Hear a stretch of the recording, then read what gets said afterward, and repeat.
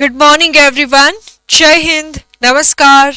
आज हम देखेंगे articles part 3, omission of articles, removal of articles या फिर जीरो आर्टिकल या फिर नो आर्टिकल भी कह सकते हो।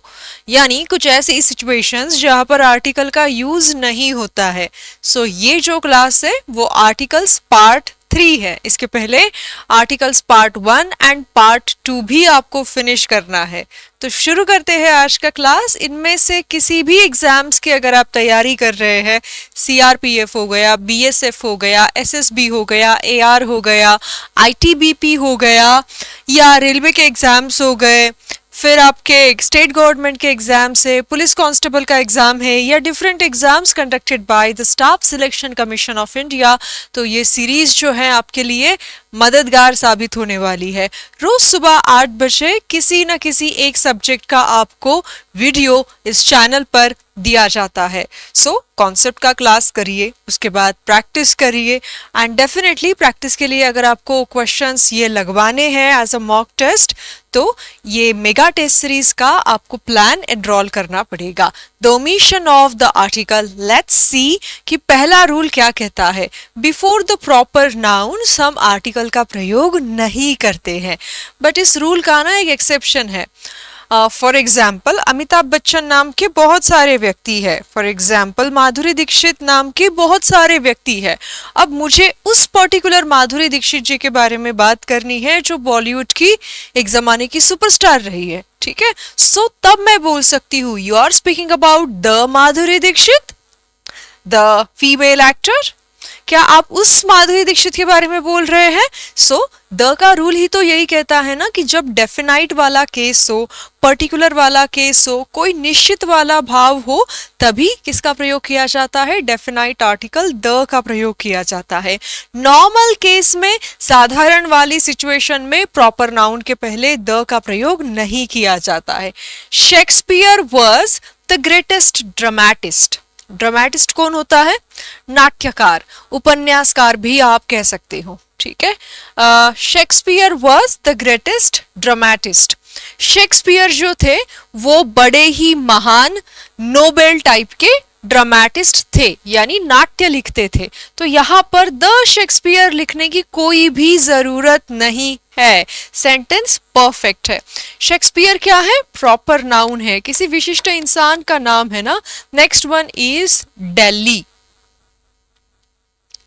Delhi is the capital of India. अब दिल्ली क्या है? दिल्ली भी एक प्रॉपर नाउन है, तो इसके पहले द लगाने की कोई भी आवश्यकता नहीं है। Delhi is the capital of India.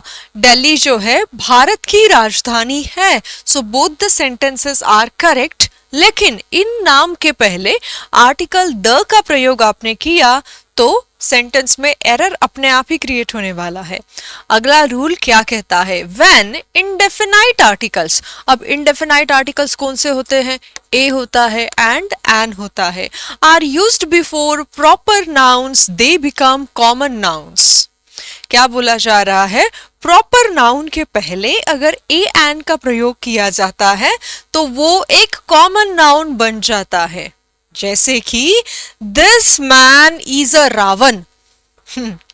यहाँ पर कोई व्यक्ति है जिसके गुण, जिसके स्वभाव, जिसका वर्तन रावण जो था ना विलन रामायण में, उससे मैच करता है। दशहरे के दिन हम जलाते हैं ना, उस रावण से मैच करता है।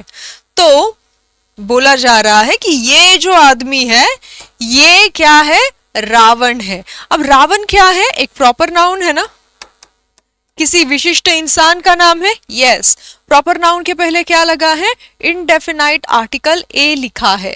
ऐसे करने से क्या हो जाता है? ये प्रॉपर नाउन कन्वर्ट हो जाता है कॉमन नाउन में। अब इसका मीनिंग क्या है? This man is a Ravana. ये आदमी एक रावण है, एक रावण है। यह आदमी एक रावण है।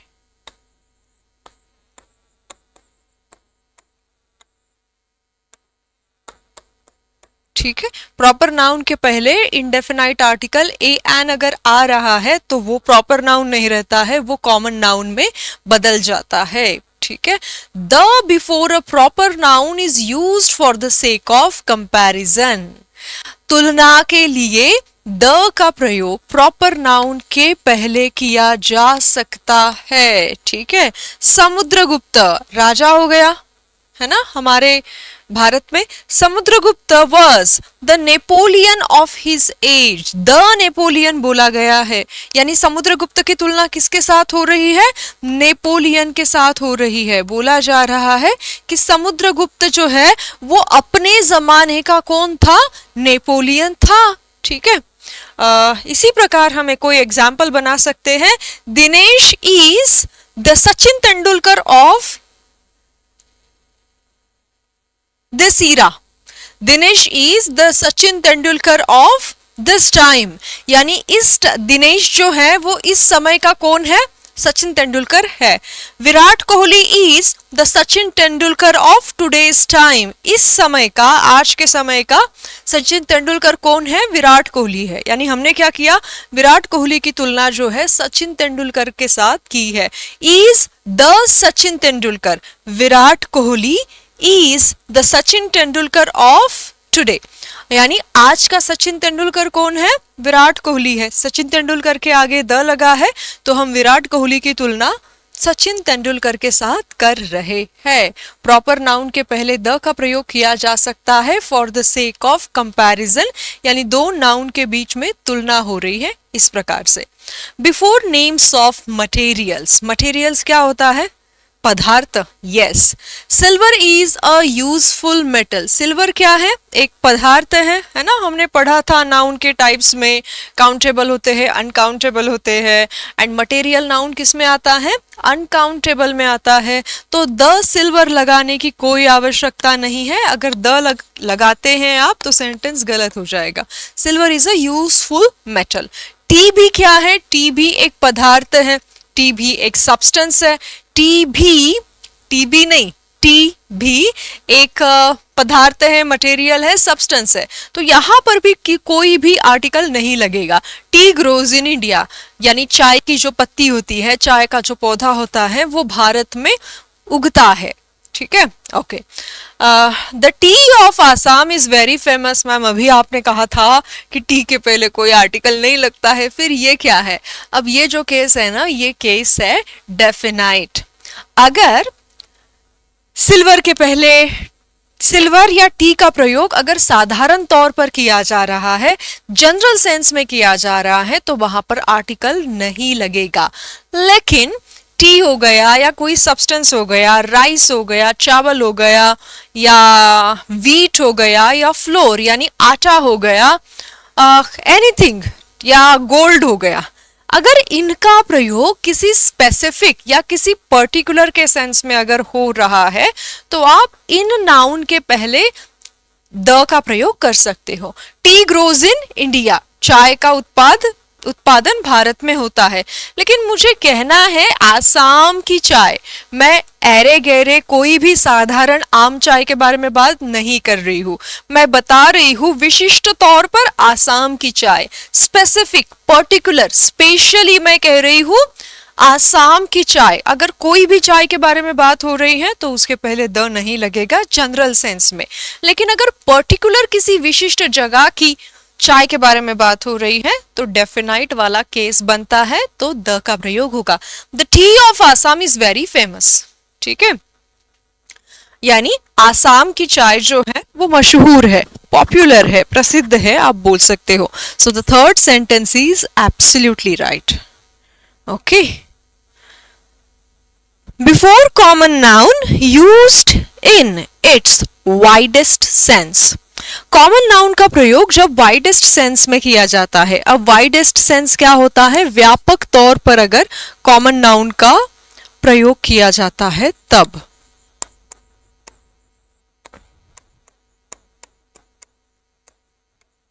For example, man is mortar. Mortar शब्द का अर्थ क्या होता है? मोर्टल होता है नश्वर, भंगुर, टेम्पररी पीरियड के लिए, परमानेंट नहीं, इसको कहते हैं मोर्टल। मैन इज मोर्टल, मनुष्य कैसा है? मोर्टल है, नश्वर है, कभी भी कुछ भी हो सकता है, ठीक है। अगर इसी को इमोर्टल बोलेंगे तो उसका मीनिंग हो जाएगा कि मैन कैसा है, अमर है, शाश्वत है, जैसे सूर्य को हम बोलते हैं, है ना, या गॉड को हम बोलते हैं, वैसे मैन इज मोर्टल, मनुष्य जीवन कैसा है, मोर्टल है। तो ये मैन क्या है, कॉमन नाउन है। हम किसी स्पेशल या किसी खास मैन के बारे में नहीं बात कर रहे हैं, इन जनरल सेंस में व्यापक तौर पर बोल रहे हैं। मैन यानी कोई भी मैन, मैं, आप, हम सब, मानव जाति के लिए मैन शब्द यूज हो रहा है कॉमन सेंस में, जनरल सेंस में बिल्कुल साधारण तौर पर। तो यहाँ आर्टिकल द लगाने की कोई आवश्यकता नहीं है, मैन इज मोर्टल, ठीक है। God is omni present. अब ओमनी प्रेजेंट शब्द का अर्थ क्या होता है, जो सर्वत्र मौजूद है, जो सभी जगह पर है। यहां पर भी गॉड जो शब्द है वो कॉमन नाउन के सेंस में लिया गया है, और यू कैन से कि सामान्य बात है, जनरल सी बात हो रही है, ठीक है। गॉड इज ओमनी प्रेजेंट, भगवान ईश्वर हर जगह पर प्रेजेंट है। The gods and the goddesses are kind to him. अब ये सेंटेंस देखना, द गॉड्स यानी कौन, मेल गॉड हो गए, मतलब पिता हो गए, है ना, शंकर जी, हनुमान जी, इस टाइप से। द गॉड्स प्लूरल में है, and the goddesses, Parvati ji, Saraswati ji, Sharada ji, Kali, माँ दुर्गा, माँ वैष्णो, महिला गॉड, ठीक है, स्त्री गॉड, okay. देव एंड देविया, the gods and the goddesses are kind to him, यानी gods and goddesses, देव और देविया उसके प्रति कैसे थे, दयालु थे, या उसके प्रति उनका भाव थोड़ा सा प्यार वाला था, दया वाला था, ठीक है। तो यहाँ पर उसके ऊपर जो जो गॉड दयालु है या जो जो देविया दयालु है उनकी बात हो रही है। Why the screen is changing? उनकी बात हो रही है। So we are speaking about particular gods. कोई विशिष्ट गॉड हो सकता है शंकर जी, हनुमान जी और गणेश जी हो इस साइड में, और इस साइड में हो सकता है पार्वती जी, माँ वैष्णो और माँ काली हो, ठीक है। We are speaking about particular god, जिसके कारण द गॉड्स सही है एंड द गॉडेसेस ये भी सही है। Next one is, let's delete it.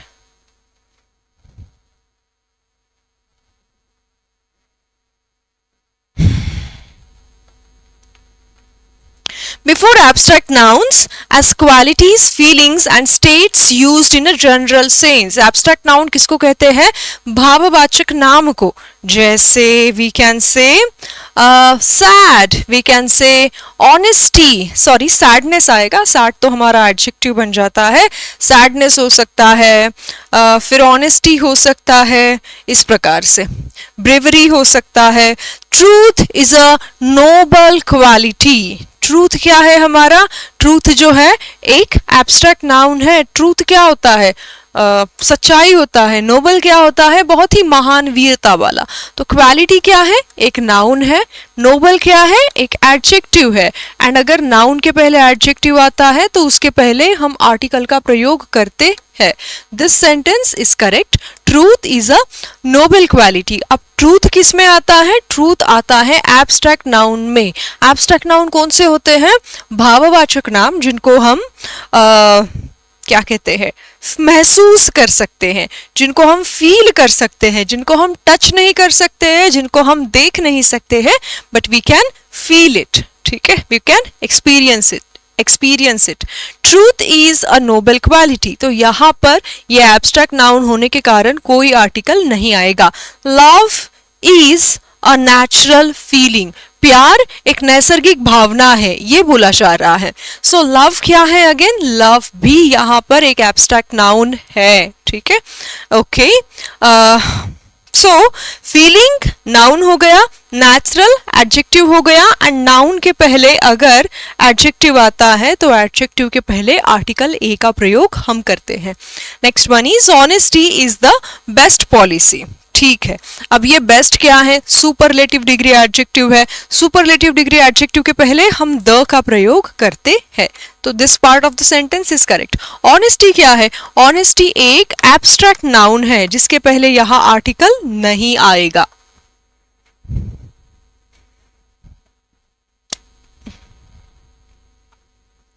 Okay, the next we have is honesty of my brother is beyond any doubt. अभी आपने क्या पढ़ाया था मैम कि honesty के पहले the नहीं आता है ना, क्योंकि वह एक abstract noun है. और फिर ये the honesty कहाँ से आ गया? The honesty कहाँ से आया?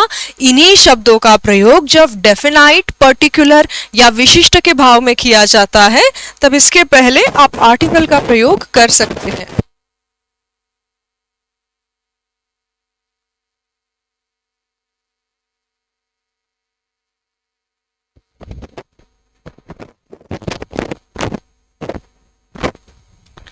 ओके तो the honesty of my brother, मैं किसी भी ऐरे गहरे ऑनेस्टी के बारे में बात नहीं कर रही हूँ. मैं जनरल सेंस में ऑनेस्टी बोल ही नहीं रही हूँ. मैं बोल रही हूँ मेरे भैया की ऑनेस्टी. ठीक है, अगर ऑनेस्टी ये वर्ड साधारण भाव से यूज किया जा रहा है तब आर्टिकल का प्रयोग नहीं होता है. But when the word is used in the sense of definite, particular, specific, तब इसके पहले द आ सकता है. मैं अपने भाई की ऑनेस्टी के बारे में बात कर रही हूँ.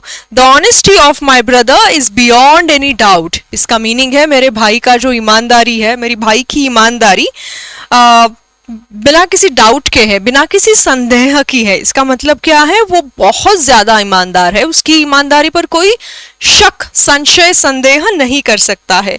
ही ऑलवेज टेल्स अ लाई. कोई दूसरा इंसान है, वह हमेशा ही क्या करता है? झूठ बोलता है.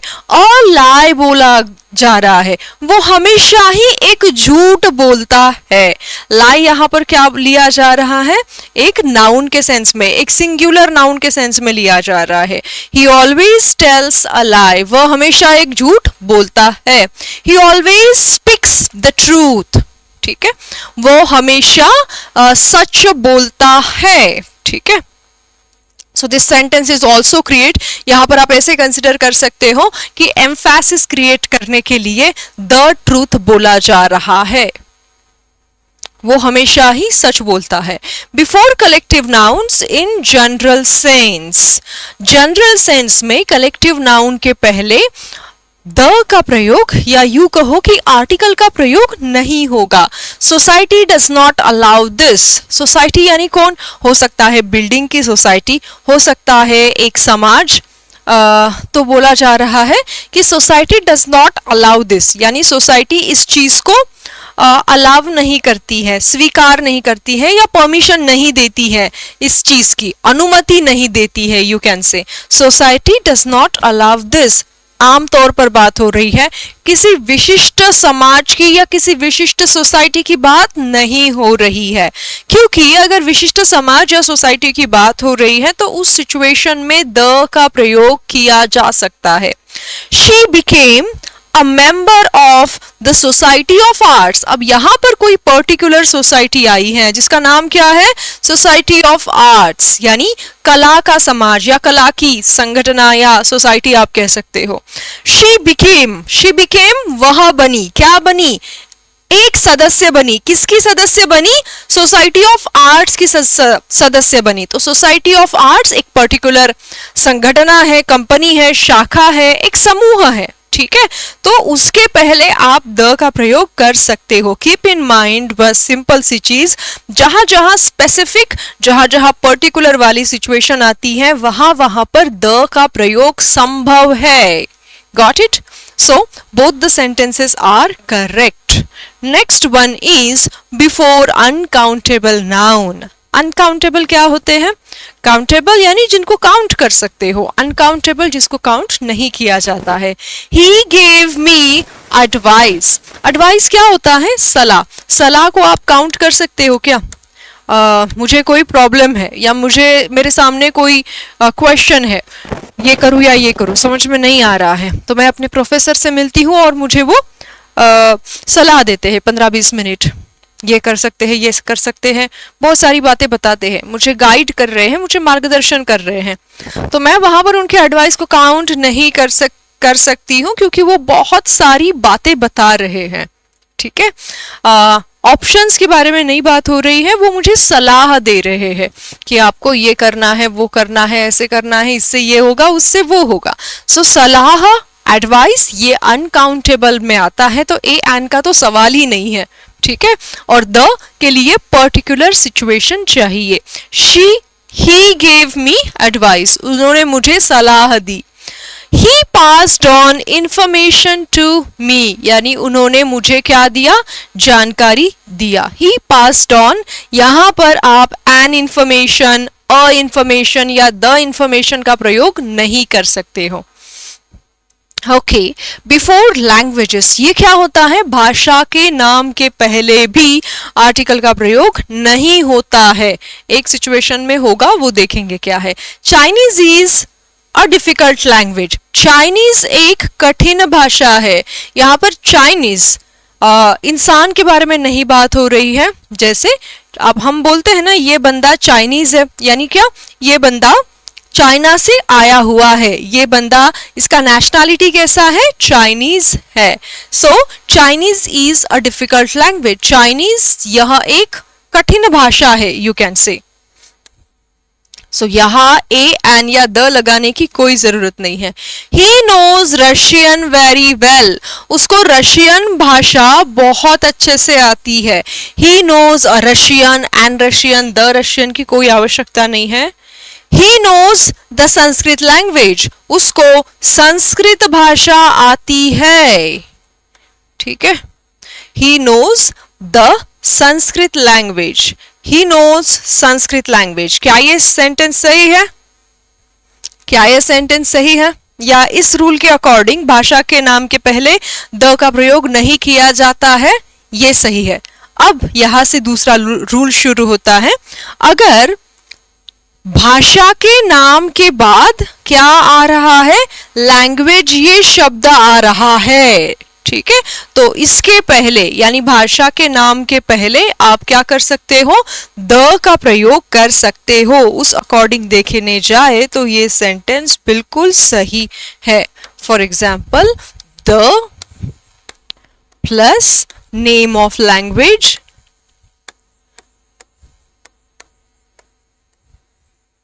the plus name of language plus language, language इस शब्द के पहले कोई भाषा का नाम है तो यहां पर द का प्रयोग हो सकता है। या फिर ऐसे भी बोल सकते हो, किसी भाषा के नाम के बाद लैंग्वेज शब्द का जिक्र हो रहा है तो फिर उसके पहले यहाँ द का प्रयोग हो सकता है। जैसे इस एग्जाम्पल में संस्कृत एक भाषा का नाम है, उसके बाद क्या आया है, लैंग्वेज शब्द आया है, तो लैंग्वेज शब्द के पहले, संस्कृत शब्द के पहले यानी भाषा के नाम के पहले द का प्रयोग हो सकता है। और एग्जाम्पल्स देखेंगे इससे रिलेटेड, डोंट वरी।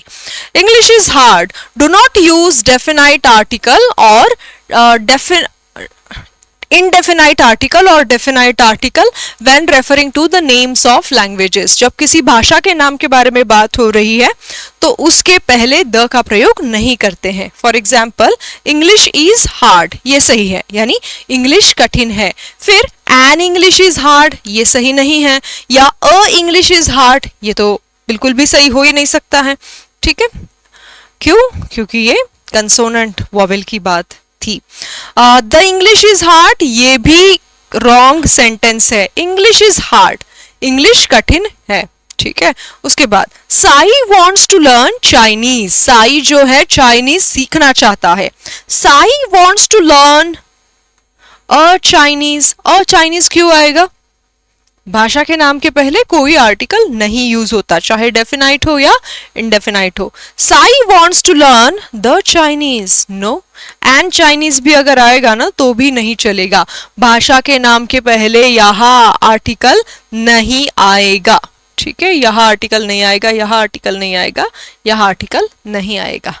लेकिन बात बस वही है कि भाषा के नाम के बाद, जैसे ये इंग्लिश एक भाषा का नाम है, इसके बाद अगर लैंग्वेज शब्द आया है तो उस भाषा के नाम के पहले द का प्रयोग बिल्कुल सही है। The English language is hard, the English language is hard, अंग्रेजी भाषा या इंग्लिश भाषा कठिन है, ठीक है। इंग्लिश इज हार्ड, ये भी सही था। Sai wants to learn Chinese, Sai Chinese सीखना चाहता है। Sai wants to learn the Chinese language, भाषा के नाम के बाद अगर लैंग्वेज शब्द का प्रयोग हो रहा है तो यहां पर द का प्रयोग पक्का डेफिनेटली हो सकता है। ओके, आगे बढ़ते हैं। Before the names of school, college, temple, jail, hospital, clinic, और क्या हो सकता है, और हो सकता है चर्च, कॉलेज, सी, फिर है work, bed, table, market, prison, court. यहां पर जाने का उद्देश्य, यहां पर जाने का उद्देश्य वास्तविकतः वही है जिनके लिए ये जगह बनाई गई है। तो फिर आप इसके पहले द का प्रयोग नहीं करोगे। फॉर एग्जाम्पल, जेल किसके लिए बना है? कैदियों को रखने के लिए, है ना। तो कोई जा रहा है जेल में, उसकी वो जगह ही है, उसको पनिश किया गया है, उसको सजा मिल रही है, शिक्षा मिल रही है, तो वहां पर उसको द लगाने की जरूरत नहीं है। ठीक है।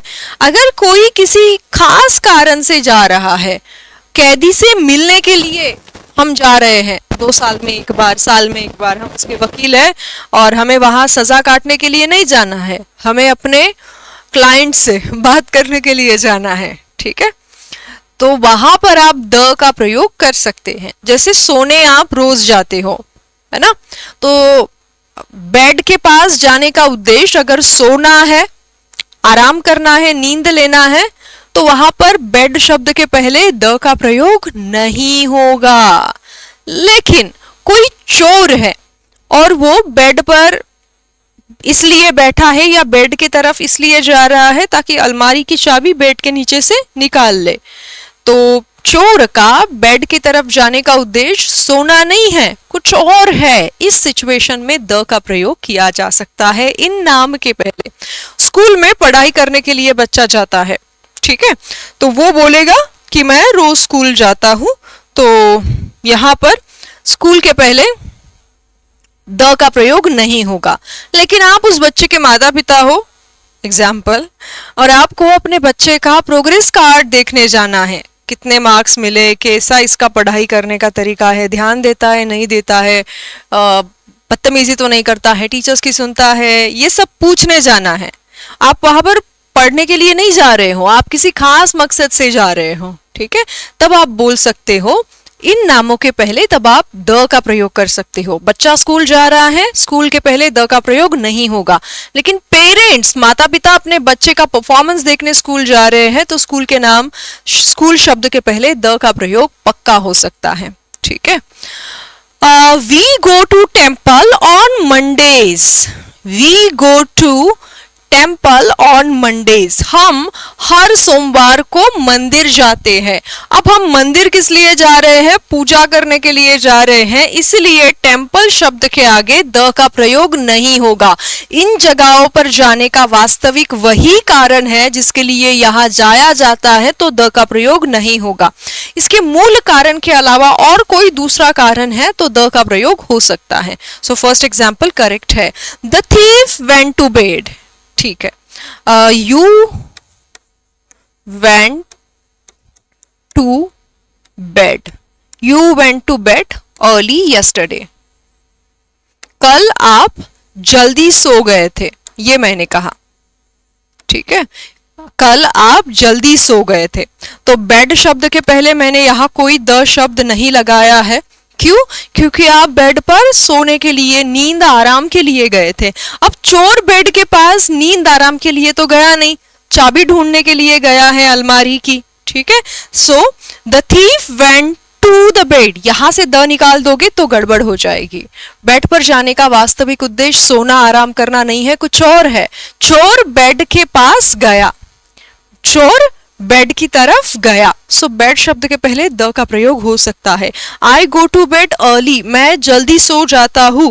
ही was sent to prison after conviction, कबूली देने के बाद उसको जेल भेजा गया। अब जेल भेजने का मतलब जेल में लोग क्यों जाते हैं? पनिशमेंट को पूरा करने के लिए, अपनी सजा काटने के लिए। तो जेल जाने का वास्तविक उद्देश्य वही है, कारावास प्रिजन बोला जा रहा है। कारावास में जाने का वास्तविक उद्देश्य वही है कि वह अपनी सजा पूरी करे, इसलिए द प्रिजन नहीं होगा। He was sent to prison after conviction, लेकिन अगर आप जेल में किसी खास काम से जा रहे हो तो द का प्रयोग हो सकता है। Before hobbies, profession and sports. Hobbies यानी क्या बोलते हैं इंग्लिश में, हिंदी में उसको जो भी आपका इंटरेस्ट होता है, जो भी जिस भी चीज में आपकी रुचि होती है, उसके पहले यूजुअली द का प्रयोग नहीं किया जाता है। Dancing is her profession, dancing क्या है, नृत्य क्या है, उसका प्रोफेशन है। सो यहाँ पर द डांसिंग नहीं होगा। गार्डनिंग इज हीज हॉबी, बगीचे का काम करना, बागवानी करना उसका हॉबी है, उसकी रुचि है, तो गार्डनिंग शब्द के पहले भी यहाँ आर्टिकल का प्रयोग नहीं होगा। Before the names of diseases, बीमारी के नाम के पहले भी आर्टिकल द का प्रयोग नहीं होता है। For example, cancer is a dreaded disease. Dreaded का मीनिंग होता है खूंखार, एक भयंकर बीमारी है। कौन सा, कैंसर एक भयंकर बीमारी है, तो यहां पर कोई आर्टिकल नहीं आएगा।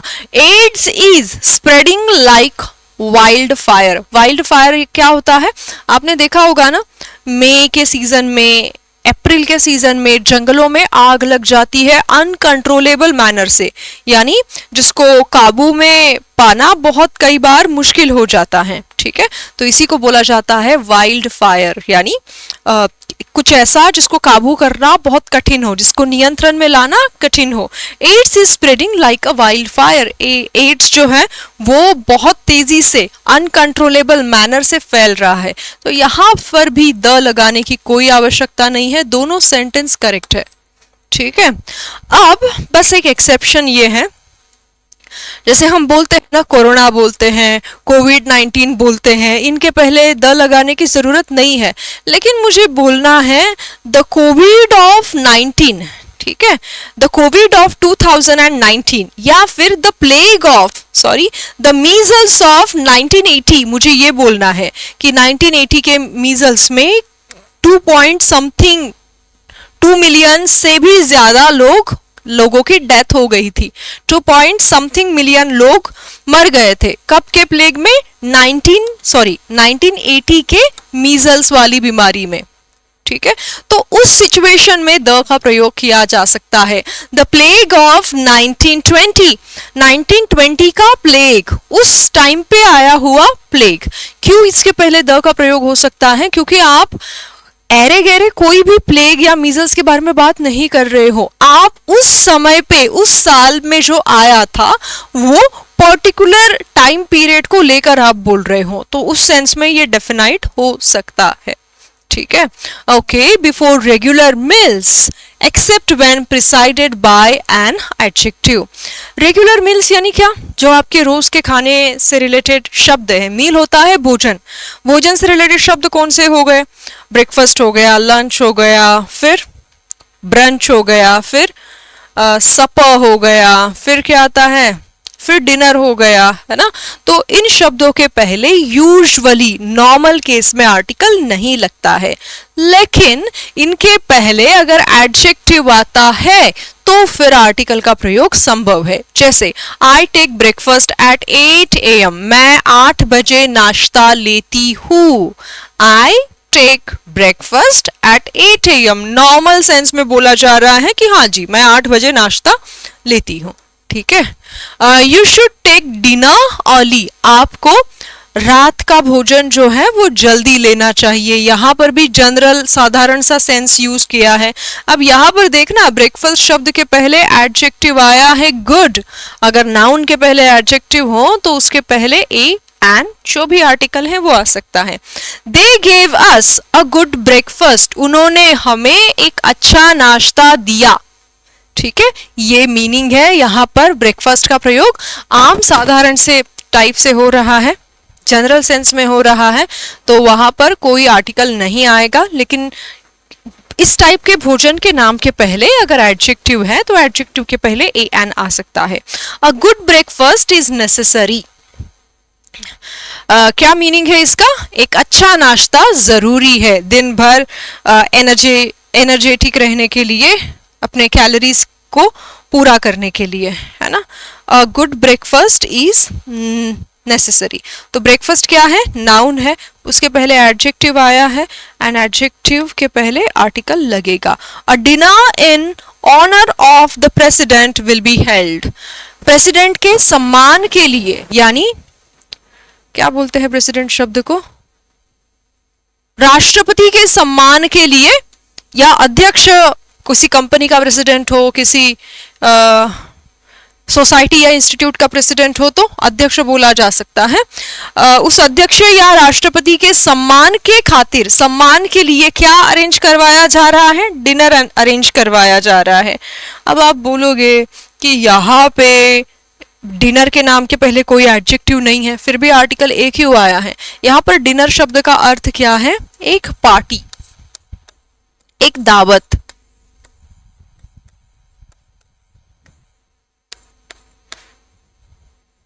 इसलिए a dinner in the honour of the president will be held. President के सम्मान के लिए रात का भोजन या रात की दावत आयोजित की गई है या होने वाली है. ठीक है. Next one is before modes of travel.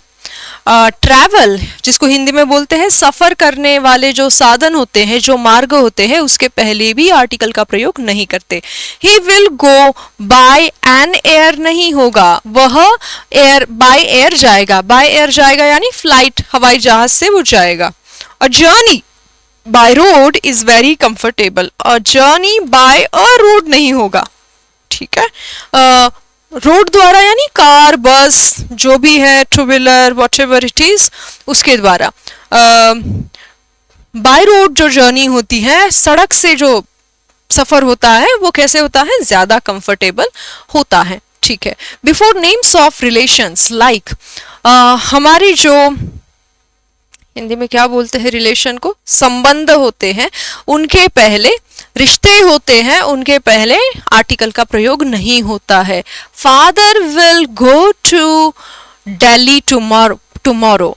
पिताजी जो है वो कल दिल्ली जाएंगे. द फादर लगाने की जरूरत नहीं है. बस ये बात है कि अगर ये फादर स्कूल के प्रिंसिपल है, जैसे क्रिश्चियन धर्म समुदाय में क्या होता है, जो स्कूल के प्रिंसिपल होते हैं, क्रिश्चियन मिशनरी स्कूल में, स्पेसिफिकली क्रिश्चियन मिशनरी स्कूल में ये बहुत आम बात है कि वहां पर जो प्रिंसिपल है वो कोई आम व्यक्ति नहीं है, तो फादर है. फादर कौन होता है? एक ऐसा व्यक्ति जिसने ईश्वर सेवा के लिए अपना जीवन पूरा दे दिया हो. उनका काम वही होता है कि जिस भी जगह पे वो कार्य कर रहे हैं उसको पूरा निष्ठा से कार्य करें एंड समर्पित होते हैं. जैसे आपने नन वर्ड सुना होगा, सिस्टर वर्ड सुना होगा, वैसे ही फादर होते हैं, वैसे ही ब्रदर भी होते हैं. ठीक है. ओके. तो उस सेंस में the father of the school ऐसे बोला जा सकता है. The father of the school यानी इस स्कूल के प्रिंसिपल. ऐसे aunt is expected any moment. Aunty किसी भी मोमेंट पे, यानी चाची हो गया, काकी हो गया, किसी भी मोमेंट पे आ सकती है. उनकी ट्रेन, उनकी बस पहुंच चुकी है. तो ये दोनों सेंटेंसेस बिल्कुल करेक्ट है. द लगाने की कोई आवश्यकता नहीं है. इन सर्टन फ्रेजेस, अब कुछ फ्रेजेस देखते हैं जहां पर कुछ फ्रेजेस में द दिया ही नहीं है. By day. बाय डे का मीनिंग क्या होता है?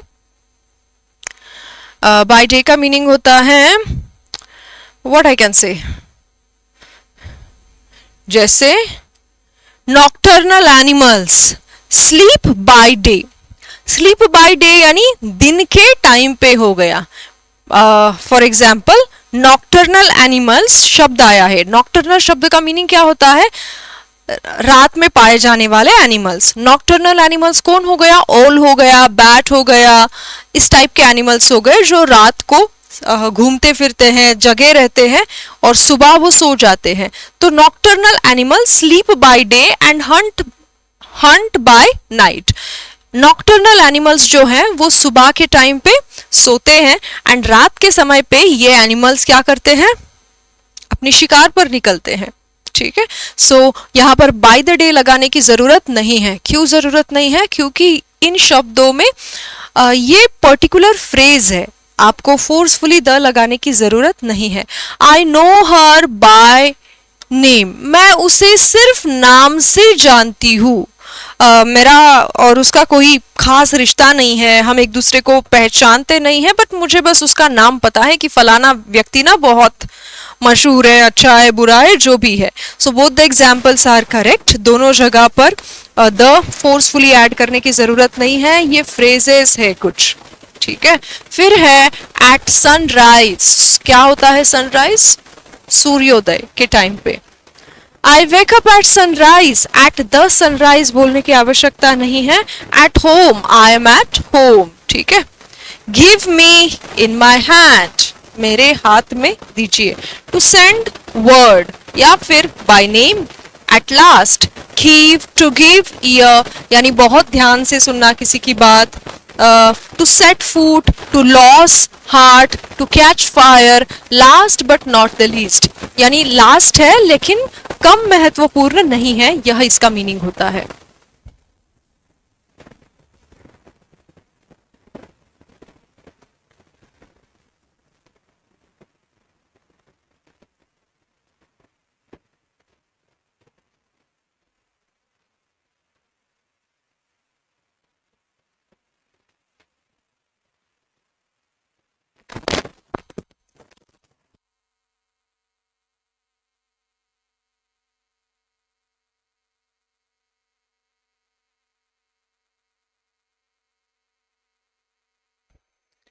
Okay, next one is in summer. What is in summer? In summer होता है, we can say what is it? गर्मियों में इट्स समर कह सकते हो। We enjoy in summer, we enjoy, we क्या कहते हैं, we get winter vacation in winter. In the summer season, we get summer vacation in the summer season.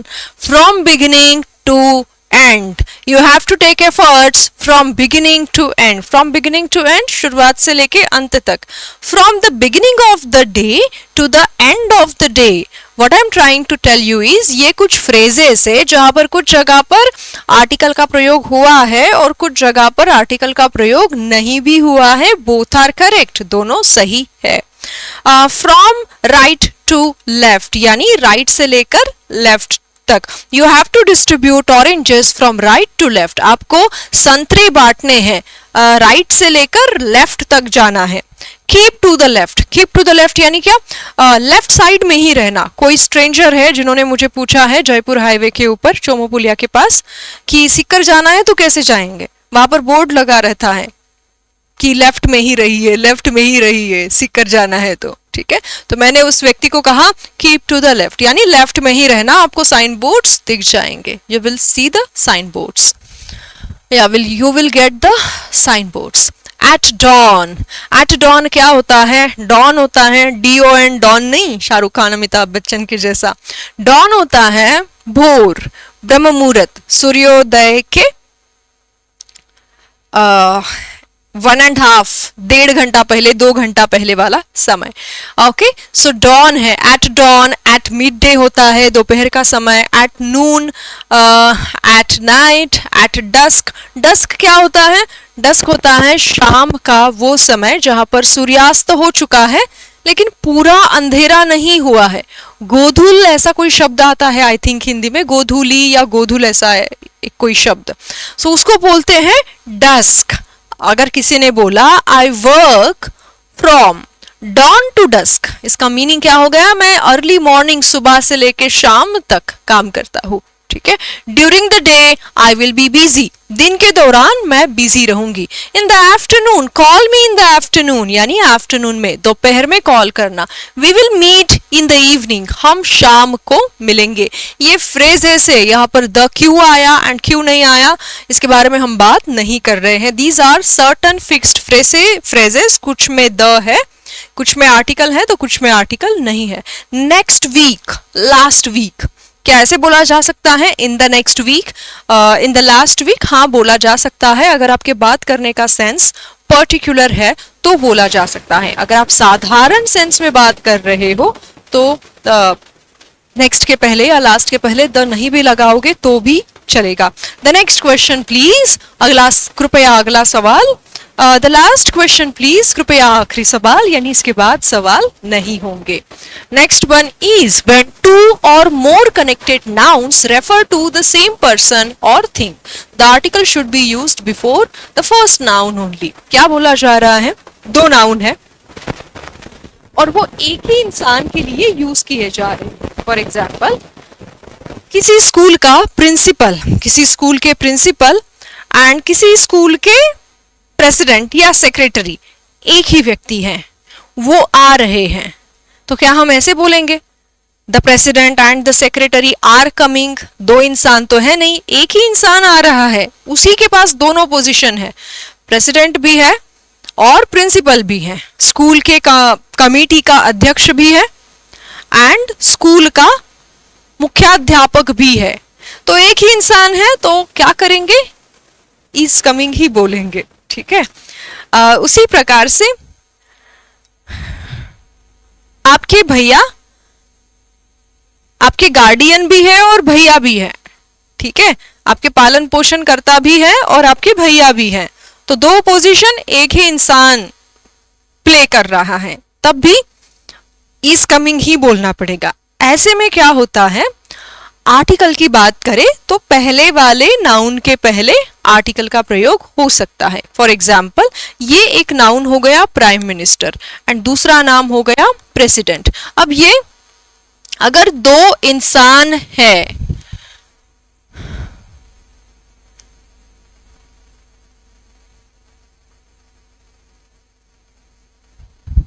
अगर ये दो इंसान है तो ठीक है, दोनों के पहले आर्टिकल आ सकता है और प्लूरल वर्ब का भी प्रयोग किया जा सकता है।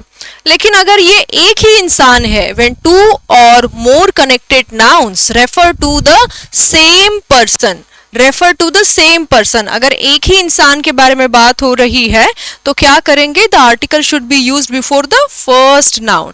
The prime minister and the president is visiting the town today। Prime minister and president एक ही इंसान है, उसी के हाथ में दोनों पावर है, ठीक है, तो पहले वाले नाउन के पहले आर्टिकल लगाइए। अच्छा, अगर दो अलग इंसान है तो दोनों के पहले आर्टिकल आ सकता है और यहाँ पर दो इंसान होने के कारण प्लूरल वर्ब का प्रयोग होगा, ठीक है। However, the article is used before each noun। प्रत्येक व्यक्ति के पहले आर्टिकल का प्रयोग हो सकता है if they refer to two different person। अगर वो दो अलग इंसान है तो आर्टिकल द का प्रयोग दोनों के पहले होगा और प्लूरल वर्ब आएगा। द प्राइम मिनिस्टर, ठीक है, Narendra ji Modi and the president Draupadi Murmu ji, तो ये दो अलग इंसान है, ठीक है, और दोनों के पहले द आएगा। अब दो लोग आ रहे हैं तो क्या होना चाहिए? आर का प्रयोग होना चाहिए। The prime minister and the president of the party are on a visit to the town today, यानी पंतप्रधान और राष्ट्रपति दोनों आज शहर के दौरे पर है। You can say like this. Similarly, one article before the first adjective is used when two or more adjectives qualify the same noun। दो या दो से अधिक adjective अगर एक ही noun के लिए यूज किए जा रहे हैं तो पहला वाला जो adjective है उसके पहले article का प्रयोग कर सकते हो। She is wearing a red and a black saree। अब एक महिला एक टाइम पे एक साड़ी पहनती है, ये अज्यूम करते हैं। 90% केस में ये संभव है क्योंकि आजकल साड़ियों का भी, साड़ी ड्रेपिंग होता है, साड़ी पहनना का भी अलग अलग बहुत सारा फैशन निकला है। एक ही इंसान दो अलग साड़ियां पहन सकता है, एक ही इंसान तीन अलग साड़ियां भी पहन सकता है। पता नहीं इतना वेट कैसे कैरी करते होंगे, बट स्टिल 90% हम यही अज्यूम करते हैं कि एक टाइम पे एक महिला एक ही साड़ी पहन सकती है, ठीक है। She is wearing a red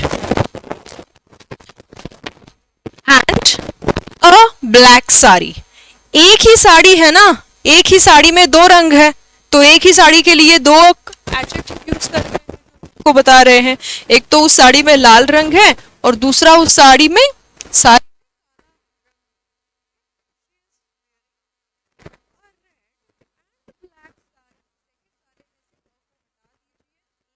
है, एक ही साड़ी के दो विशेषता बताने वाले एडजेक्टिव हैं कि वो रेड भी है ब्लैक भी है। तो पहले वाले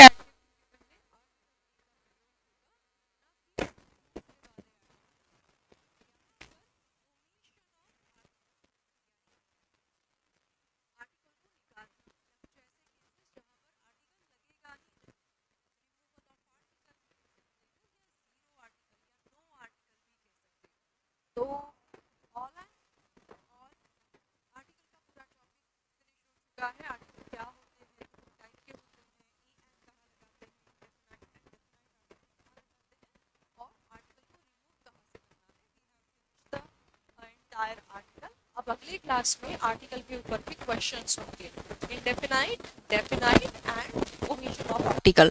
तो be prepared for the next class, you will get it very soon. And इनमें से सभी का क्वेश्चंस का या कॉन्सेप्ट के क्लास का अगर आपको पीडीएफ चाहिए या मॉक टेस्ट लगाना है जहां पर आपको मोर देन 3800 का क्वेश्चन बैंक मिलता है, तो एक मिनिमम सा प्राइस पे करके ये मेगा टेस्ट सीरीज बैच को एनरोल करना पड़ेगा if you want to revise and solve the questions on your own. If you are new to the channel, अगर आप नए हैं एंड समझ में नहीं आ रहा है क्या करें कैसे करें, go to the play store. आपको प्ले स्टोर पे सर्च करना है माई राइजिंग इंडिया, ठीक है, ऐप डाउनलोड करना है, इंस्टॉल करना है, अपना अकाउंट क्रिएट करना है सारे डिटेल्स फिल करने के बाद।